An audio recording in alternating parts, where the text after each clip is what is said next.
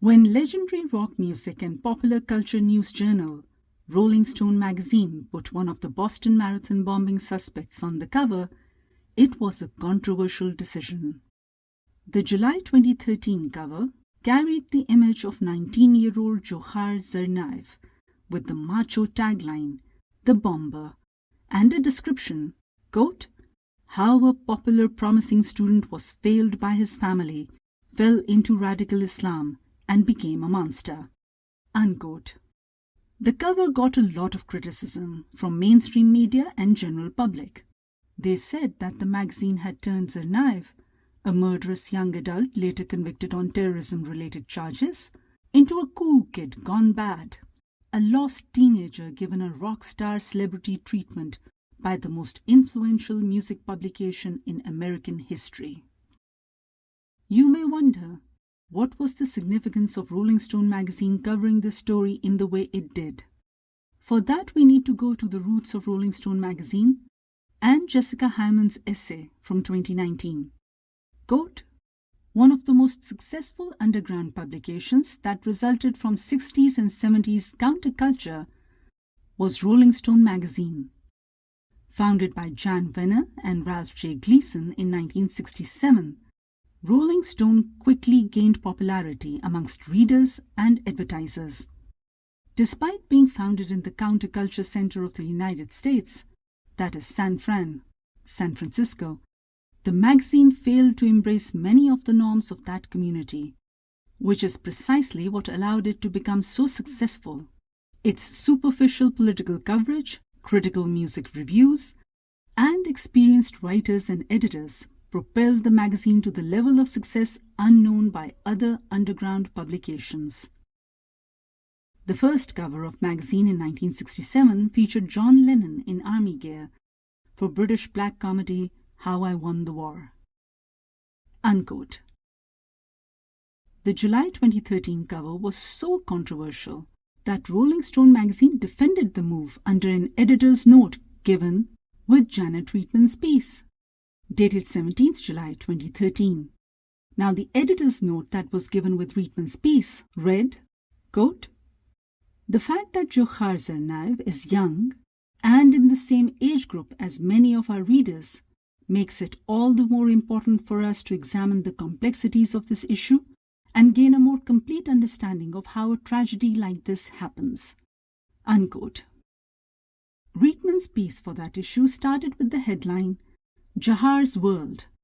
He was a charming kid with a bright future, but no one saw the pain he was hiding, or the monster he would become."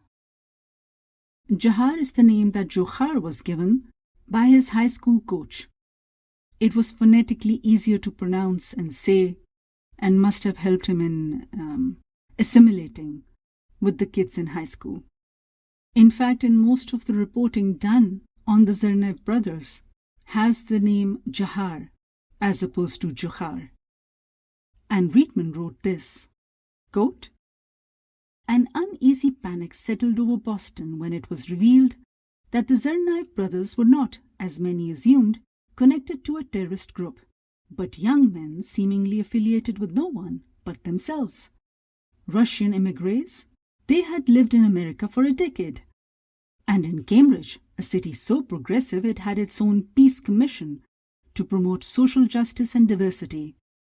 Tamerlan, known to his American friends as Tim, was a talented boxer who had once aspired to represent the United States in the Olympics. His little brother, Dzhokhar, had earned a scholarship to the University of Massachusetts, Dartmouth, and was thinking about becoming an engineer or a nurse or maybe a dentist. His focus changed all the time. They were Muslim, yes, but they were also American, especially Dzhokhar, who became a naturalized U.S. citizen on September 11, 2012. Since the bombing, friends and acquaintances of the Tsarnaevs, as well as the FBI and other law enforcement officials, have tried to piece together a narrative of the brothers, most of which has focused on Tamerlan, whom we now know was on multiple US and Russian watch lists prior to 2013, though neither the FBI nor the CIA could find a reason to investigate him further. Dzhokhar, however, was on no one's watch list. To the contrary, after several months of interviews with friends, teachers, and coaches, still reeling from the shock, what emerges is a portrait of a boy who glided through life, showing virtually no signs of anger, let alone radical political ideology, or any kind of deeply felt religious beliefs. It had been the coach, Pt3, who had helped Dzhokhar come up with his nickname, replacing the nearly impossible to decipher Dzhokhar with a simpler and cooler sounding rendering. If he had a hint of radical thoughts, then why would he change the spelling of his name so that more Americans in schools could pronounce it? Asks one longtime friend, echoing many others. I can't feel that my friend, the Dzhokhar I knew, is a terrorist, adds another. That Dzhokhar isn't to me. Listen, says Pt3, that is the coach. There are kids we don't catch, who just fall through the cracks. But this guy was seamless, like a billiard ball, no cracks at all. Unquote. Irrespective of the pros and cons of putting a teenager accused of mass murder on the cover, Rolling Stone understood that a conversation was needed in America on how boys raised in America. The Tsarnaev brothers were 8 and 15 years old when they came to US with their parents and were raised in America. How such American kids get radicalized to commit acts of terror. Dzhokhar Tsarnaev was the captain of wrestling team and an honor student and member of National Honor Society. The tag of radical Islam in Reitman's article, indeed the headline, also suggested a specific political ideology. But it wasn't an obvious connection to make. Jamestown.org specifically mentions that, quote, Dzhokhar was a member of 3 Muslim groups, but none of the groups could be described as terrorist or jihadist. They rather provided information about Islam. One of the groups, for instance, Salam Word, collected funds for people suffering with cancer. The second group, Islam.Muslims.Islam, simply spread photographs of mosques from around the world. The third group does nothing besides quoting Muslim hadiths. Unquote. In fact, Dzhokhar was not even a regular mosque attendee. Their Chechen roots are mentioned in Reitman's Search for Answers. That is, though the brothers had grown up in US, their Chechen origin, a marginalized, displaced community, living in Kyrgyzstan originally, made it easier to assume a turbulent family background. Even though neither of them was present in Kyrgyzstan or Dagestan or Chechnya during the First Chechen War that occurred from 1994 to 1995, or the Second Chechen War, which was in 1999. The military operation started by George W. Bush, called Global War on Terror after 9/11 terrorist attacks, was also rounding up in early 2010s. By 2013, Iraq War had concluded and war in Afghanistan was being winded down. Of course, that did not mean killing of Muslims in Muslim lands by American forces or their allies stopped.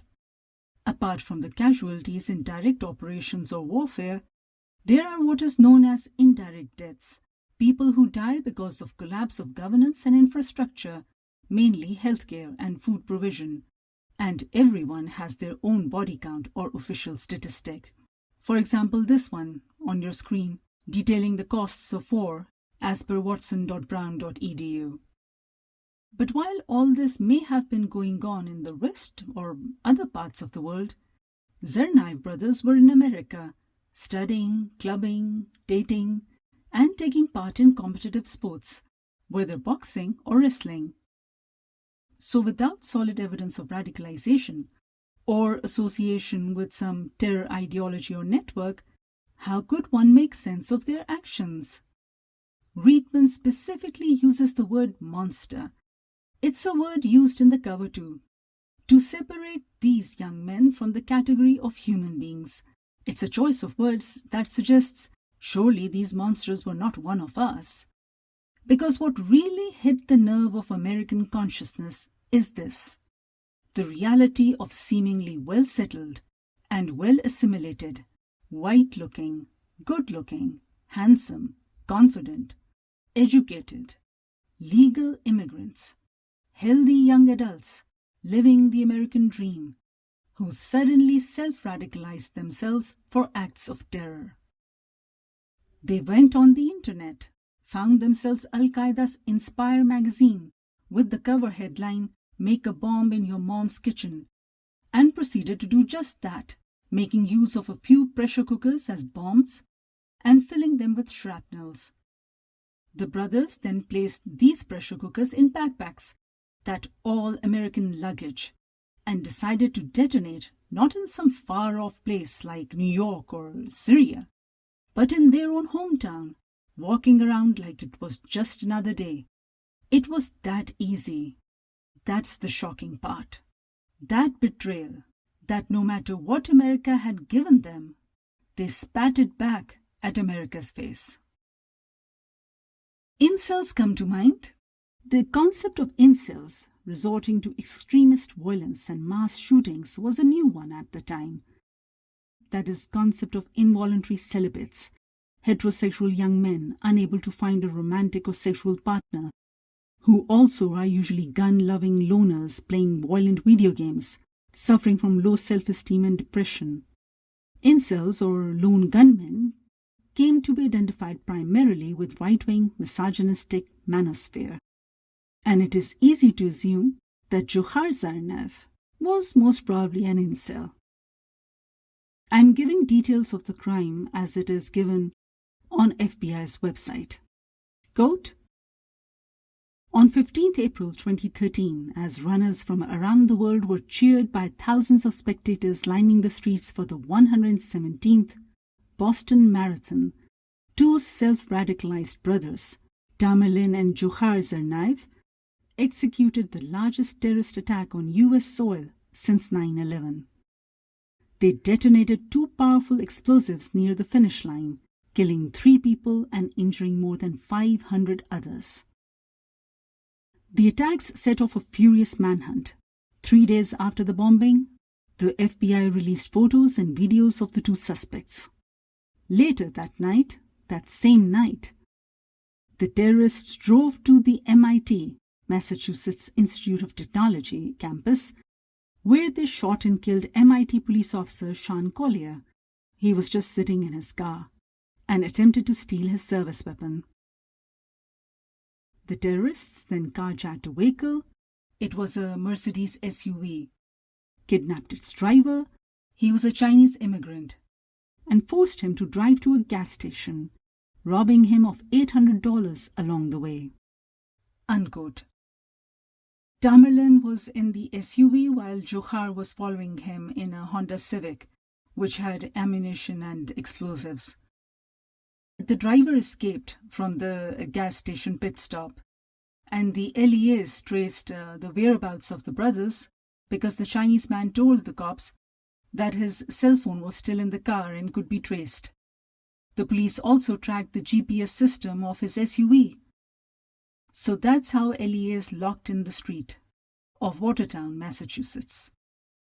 As per FBI, quote, after the driver escaped, the terrorists drove to Watertown, Massachusetts, where they detonated several improvised explosive devices, IEDs, and engaged in a firefight with law enforcement officers. Unquote. A bit of a timeout over here. The images you are seeing on your screen right now of what transpired between the Tsarnaev brothers and the LEAs, the firefight, the shootout on 19th April 2013, midnight and pre-dawn basically, all at the same time. These images were captured by Andrew Kitzenberg, who lived in the area and took the photos. He was in his living room when he first heard pop sounds coming from outside and looked out the window. He saw the brothers behind an SUV. Obviously, they were taking cover during the gunfight with the LEAs. As Kitzenberg tells it in a commentary posted on his blog getonhand.com and reproduced by CBS, that he ran to his third-floor bedroom to create some distance between himself and the gun battle and started taking pictures from the bedroom window. He had a camera phone, iPhone 5, and posted the images along with the commentary and timecodes on his blog, getonhand.com. Do take your time to read his eyewitness account and citizen journalism that unfolded at midnight and pre-dawn. We now continue with the FBI timeline of events. Quote, during the standoff, Dzhokhar Tsarnaev drove the carjacked vehicle at 3 officers, attempting to kill them, and ran over Tamerlan as he fled. Tamerlan died from injuries sustained at the scene. Dzhokhar was taken into custody after he was discovered hiding in a boat in the backyard of a Watertown residence. Unquote. A bit of an explanation over here is needed. The 3 police officers were attempting to arrest Tamerlan. They had tackled and shot him, so that's why Dzhokhar tried to run them over on the stolen SUV. The officers jumped out of the way and Dzhokhar accidentally ran over his brother, who was briefly caught up in the SUV's wheels and got dragged. Dzhokhar fled the scene in the vehicle. Tamerlan Tsarnaev's injuries were multifold. He had multiple gunshot wounds. There was also severe blunt force trauma and injuries to his head and torso. He got those from the pressure cooker bomb that the brothers had detonated and also as a result of being run over. He was taken to a hospital where doctors were unable to resuscitate him. Meanwhile, Dzhokhar, who had fled the scene in the carjacked Mercedes SUV, dumped the vehicle and ran away on foot. He was discovered hiding in a boat, a 24-foot boat, a 1981 Seabird that the owner had named Slipaway too. What a name! Sometimes truth is stranger than fiction. The boat was in the backyard of a Watertown residence. It was less than a mile away from the place of the shootout. The owner of the boat noticed that the boat wrap was a bit loose and went to have a look, saw blood and a body that wasn't moving. His wife called 911 and a SWAT team and state police helicopter descended on the street.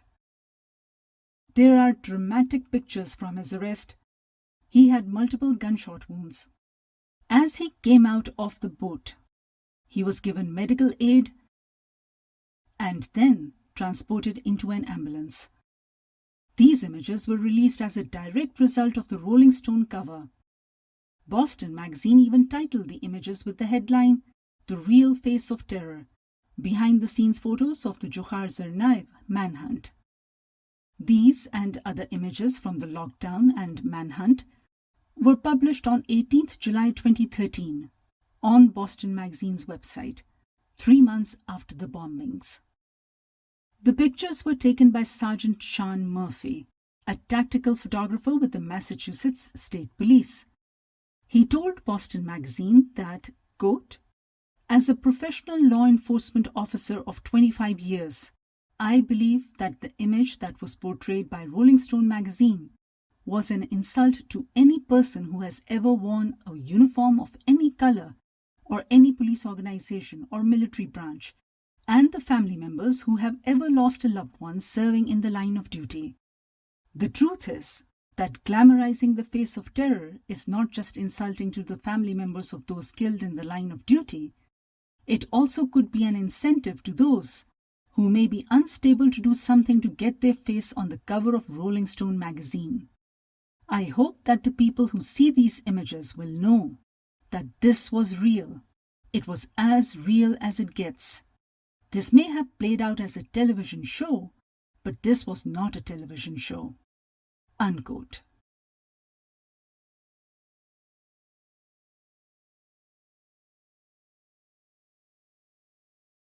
As per FBI, quote, 3 people were killed and more than 260 were injured in the Boston Marathon bombing.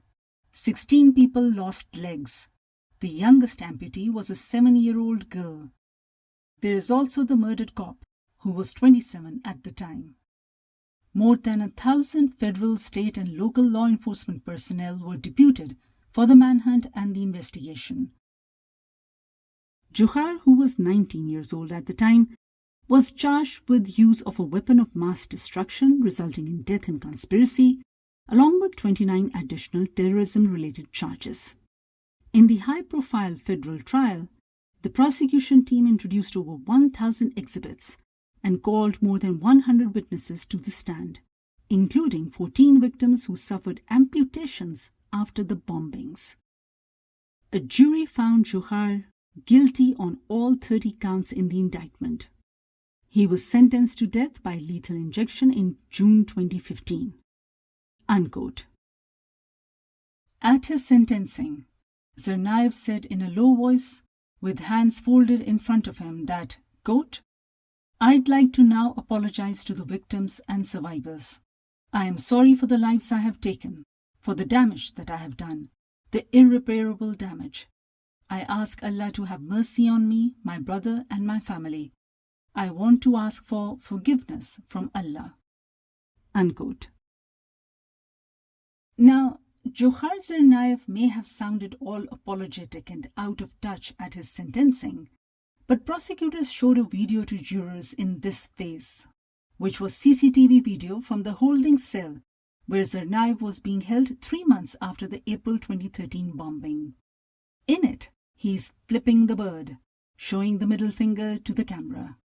Assistant U.S. Attorney Nadine Pellegrini told the jurors who had to decide whether the then 21-year-old should be executed, quote, "This is Dzhokhar Tsarnaev, unconcerned, unrepentant, and unchanged." Unquote. A day later, U.S. Department of Justice released this image and this video. It was provided to Guardian newspaper, censored.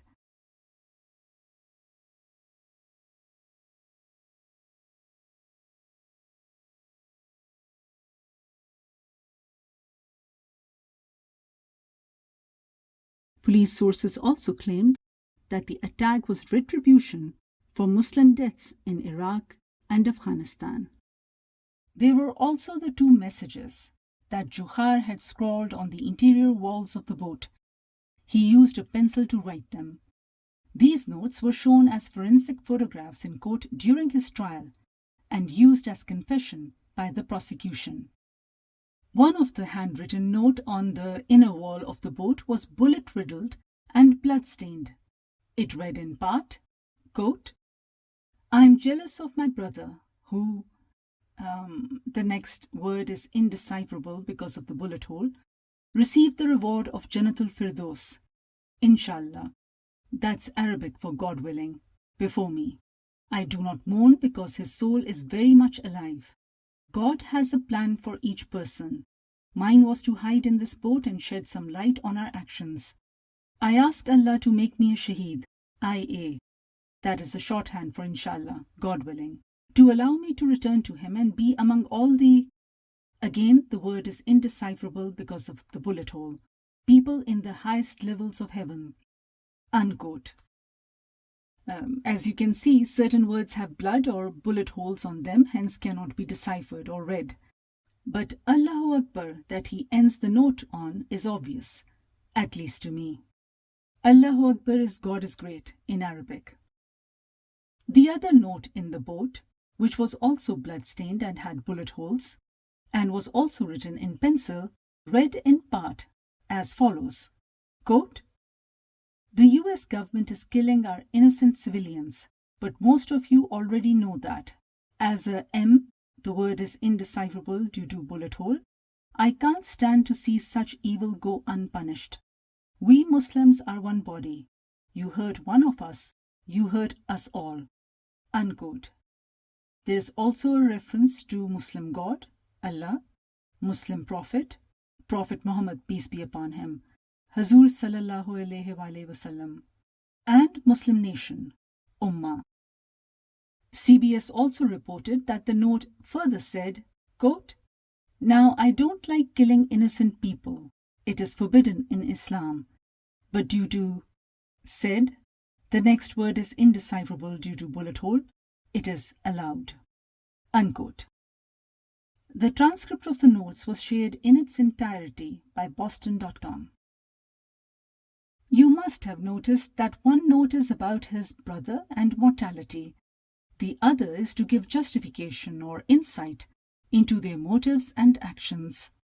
But there is no remorse for the people presumably injured or dead. That's important to remember because his defense painted him as an impressionable boy who did what he did under the influence of an older brother, the actual mastermind, who was aggressive and criminal, and who was also on the list of intelligence agencies.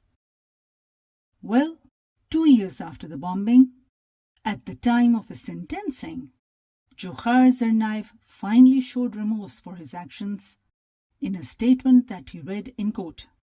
Well, there is no remorse being felt on this boat. Now, Massachusetts had abolished the death penalty. Dzhokhar was still convicted on the 30 terrorism-related charges and he was sentenced to death on 6 of them. According to an article in NPR, quote, Dzhokhar Tsarnaev did not contest his guilt, but appealed his death sentences, arguing that the jury's imposition of the death penalty was tainted by the trial judge's refusal to allow him to present evidence that would show that Dzhokhar Tsarnaev, 19 at the time of the bombing, was under the influence of his violent brother, Tamerlan, who was 7 years older. The trial judge had blocked the defense from presenting evidence to the jury showing that Tamerlan had 2 years before the bombing slit the throats of 3 men in Waltham, Massachusetts in an act of jihad on the anniversary of the 9/11 attack. The defense argued that this mitigating evidence may have convinced that jury to spare Tsarnaev's life, and a federal appeals court agreed. Then, the Supreme Court reversed the appeals court and reinstated Dzhokhar Tsarnaev's death sentence. Unquote. It was reimposed on 4th March 2022. The latest on him is that he is still alive and in ADX Florence Federal Supermax Prison, the one that you keep hearing about in this podumentary. Meanwhile, the Tsarnaev parents had a hard time believing their sons could be involved in the terrorist attack. His parents thought it was a setup. Here's a phone call that Dzhokhar Tsarnaev made from military hospital bed, where he was recovering from his injuries, and authorities had allowed him to make one phone call to his parents a week after his arrest. His mom shared the audio with Channel 4 News. You can see the link on your screen. I'm quoting from the video given on Journeyman Pictures' YouTube channel. Quote, "This is the first time the world has heard Dzhokhar Tsarnaev's voice since his arrest. His mother asks if he is in pain. 'You are my life,' she tells him. 'You need to be strong.' To which he replies, 'Please don't say anything.' She sobs, repeating her son's words. She wants us to film this, but hearing it again clearly upsets her. In this phone call, the mother tells him, 'We all love you. Muslims and non-Muslims love you.' That might sound an incredible thing to say to a man accused with his brother, Tamerlan, of carrying out the first terrorist attack on American soil since 9/11. In the phone call, his father tells him they will meet in heaven. 'We are going to be together,' he says. I felt like he would scream that you know what's going on, you know what's going on. He would ask the world what's going on. Mother said instead, but he was just calming me down. You know what I mean? He was trying to calm me down. He was saying, 'Mama, you don't worry about anything.'" Unquote. I have to mention that the guy who took Tamerlan Tsarnaev's body from the funeral home for burial was criticized for doing so. It was someone called Stefan, and he told Boston Globe that, quote, "All I'm doing is burying a guy. I'm not honoring a terrorist." Unquote. This guy had a hard time finding a cemetery willing to have Tsarnaev buried there. He even suggested that he may have to ask government for help in finding a place to bury him in. Stefan didn't find a place in the entire Massachusetts that would take Tamerlan Tsarnaev. In fact, several states refused to take his body for burial. Massachusetts police made a public appeal for his burial, and a month after his death said, quote, "As a result of our public appeal for help, a courageous and compassionate individual came forward to provide the assistance needed to properly bury the deceased." Unquote. On 10th May 2013, BBC reported that Martha Mullen, a private citizen of Richmond, Virginia, had coordinated to have him secretly interred in a small Islamic cemetery in a rural area in Virginia at a distance from state capital Richmond. She told Associated Press, "It was an interfaith effort, basically because Jesus says love your enemies." Richmond County and Virginia state officials said that they were not told of the burial in advance. It was secret. There was a huge negative reaction on the disclosure that he had been buried there, or buried anywhere, locally and nationally. One of the best articles on Tsarnaev brothers and the family, in my view, was published in the Washington Post on 27th April 2013. Many people worked and contributed to the contents of the article. As it says at the end of the article, this story was reported by Aaron C. Davis, Jenna Johnson, and Carol D. Leonig in Boston, Tara Behrampur in Massachusetts and New Jersey, Dan Morse in Washington, Michael S. Rosenwald in Rhode Island, Will England in Moscow, Kathy Lally in Dagestan, and Stephanie McCrummen in Toronto. Researchers Alice Kreitz and Julie Tate contributed to this report. It was written by Mark Fisher. The article starts with the line, quote, "America the Golden Door had already welcomed two of his brothers when Anzor Tsarnaev crossed the ocean with his family in 2002. Unquote. As shocking as Tsarnaev brothers' actions may have been, their parents were religiously conservative and were a marginalized displaced group, that is Chechens, from Kyrgyzstan. They had also split up or were in an on-off relationship. They had 4 kids, 2 daughters and these boys. Everyone seems to be in trouble in that household in one way or another. Tamerlan had studied engineering, but later dropped out. Tamerlan had married an American white woman who converted to Islam and changed her appearance entirely. But he was either jobless or unwilling to work, and they lived on her salary and welfare checks. It was Tamerlan, after all, who went to Dagestan, an autonomous part of Russia, for 5 months to meet his dad, who was living there in 2012. And it was Tamerlan who assaulted a few years before the bombing. And it was Tamerlan who was listening to the sermons of an Australian sheikh titled "The End is Near and Your Last Day on Earth." He was also the one fixated with jihadist conflicts in Caucasus, even showing his transformation on YouTube. Hip-hop replaced with songs like "I Will Dedicate My Life to Jihad." This is all given in that excellent Washington Post piece that took a village to compile, but has Mark Fisher's name as the writer. The Tsarnaev family, a faded portrait of an immigrant's American dream. And it was Tamerlan, who may have been an FBI informant, as Dzhokhar's defense suspected, and WBUR investigated. The intriguing report filed by Jamie Bologna and Meghna Chakravarti, which you can find on WBUR's website, it stated 10th July 2017, their mission statement was to, quote, "investigate some of the most controversial unanswered questions about Tamerlan Tsarnaev. Was he a federal informant? How does the federal informant program work? How do federal agencies recruit Muslims and other immigrants to become informants? And did Tamerlan Tsarnaev receive special treatment through this program for his application to become a US citizen?" Unquote. But no one has been able to find a chink in Dzhokhar's facade. He was an uncomplicated teenager. When Tamerlan was going through all of this, Dzhokhar Tsarnaev was enrolled in University of Massachusetts campus at Dartmouth, even though he wasn't a good student. On a scholarship, but he faltered in his studies. All this info fits into the lone wolf theory forwarded by Ham and Spyage, and Dzhokhar Tsarnaev's background and family life even fits Mohammad Tamerlan as the militant, even though it is about Pakistani radical elements.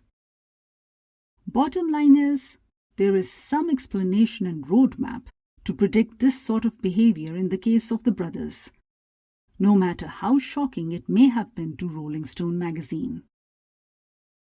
Meanwhile, Rolling Stone has yet to give Mangione the Tsarnaev treatment, though the magazine is following the Luigi moment and meaning.